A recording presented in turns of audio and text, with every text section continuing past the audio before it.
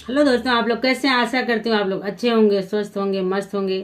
एक विवाह गीत लेके आई हूँ, बड़ा ही प्यारा विवाह गीत है। आप लोग सुनिए, आनंद लीजिए। मुझे तो विवाह गीत बहुत ही अच्छा लगता है, बहुत दर्द भरा होता है। और बेटी की विदाई तो बड़ा ही दुखदाई होती है। तो देख लिए, जैसे मांग में सिंदूर पड़ते हैं वैसे बेटियां पराई हो जाती हैं। और विदाई के लिए सब शाम तक तो सब शांत बारात वाले बैठे रहते हैं। जैसे सुबह होती है, रात में शादी हो गई, सुबह हुई, बस विदाई करो, विदाई करो, विदाई करो, यही रट लगा देते हैं। तो देखिए कितना अधिकार होता है, एक चुटकी सिंदूर का कितनी बड़ी ताकत है। तो आप लोग देखिए,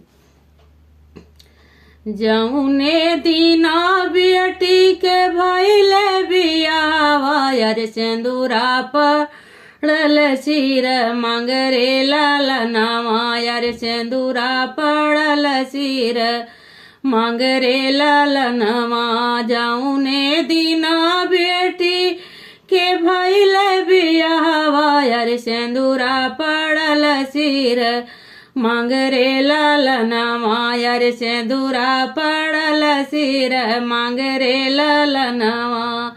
वही दीना मोरी बेटी भैली ससुरवा, यार बेटी के ढूरे लागे आंसुरे लालनावा, यार बियटी के चुए लागे आंसुरे लालनावा।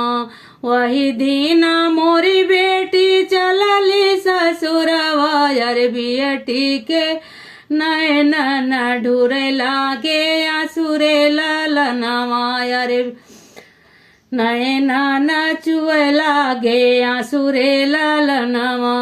सभवा में बैठल बाबा जरुआ मैया रे मैया मड़ुआ के बिचरे लालनावा, यार मैया मड़ुआ के बिचरे लालनावा। दुआरा पे बैठल भैया जरुआ मैया रे भाभी आंगनवा के बिचरे लालनावा, यार भाभी आंगनवा के बिचरे लालनावा। अपने पिया के घर जाओ मोरी बियटी, अरे हंसी खुशी सब पारी वार रे लालनावा, अरे हंसी खुशी सब परिवार रे लालनावा।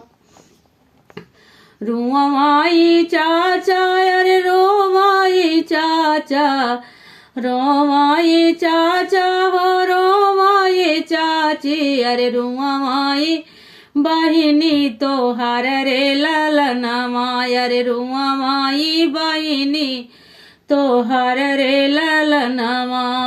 ना बोलै सुगना हो ना नाचै मोरवा, अरे नाही बोलै मैना हमार रे लालनावा, अरे नाही करे मैना पुकार रे लालनावा।